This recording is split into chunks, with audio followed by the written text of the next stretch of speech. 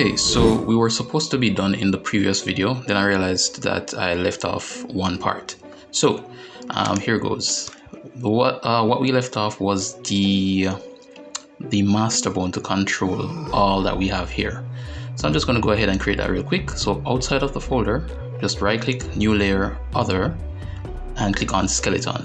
Right. Oh, by the way, I went ahead and created the some controllers for the Z depth for the arms and the legs. All right, so that's what these are. Okay, so back to the master bone. So here we have skeleton. I'm just going to rename it master. You can call it whatever you want. And I'm just going to bring this all the way down here, and I'm going to rotate it by 90 degrees here. Let me just move this up a bit like so. So this will control the entire body here. So to do that, just click on the overall group layer here, select the point here. We already know how to do this. Hold on Control and left click on the bone, right click any point on the bone and click link to bone.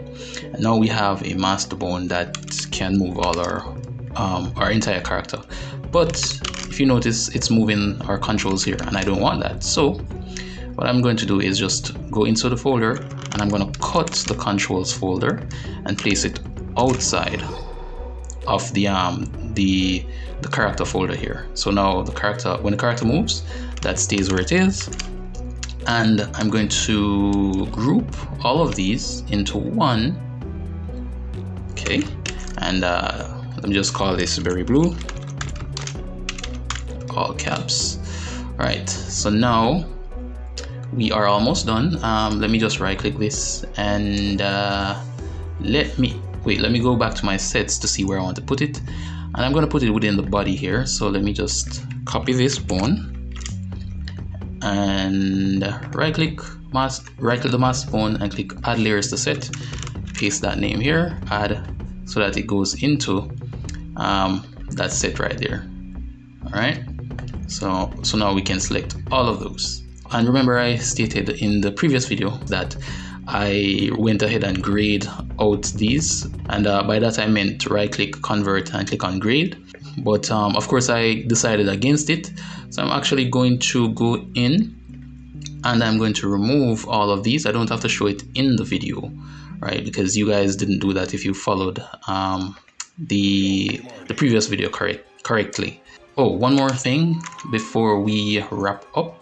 And we need another set here for the entire folder. And the reason why we're doing that is so that we can have one folder that shows all the keyframes at once. It would be this main folder here that every other folder is within. Let me see if I can explain that further. So when you click on each of these and you add a keyframe, right, you'll only see that keyframe. So if you move it, you're only moving that keyframe, but we want one to help us to move all the keyframes all at once if we need to. To do that, just right click this overall folder here, add layers to set, and I'm just gonna call this all keys. Let me call it all keys, and press add, and I'm gonna move it all the way to the top here. So I'm gonna give this a 00 label underscore, move it all to the top. I know I have this called 00, right? But I mean, we can rename these if we want, or leave it. But I'm gonna spend the time just to rename it, right? 0, 1, 2, 3, 4. Okay, so yeah, all right, that is okay with me. Yeah, so you will see the effects of this when we start animating, right? You'll see how useful this will be when we start animating. Now, this is definitely the final video of the rigging stage. So I hope you enjoyed it, and I will see you in the next one.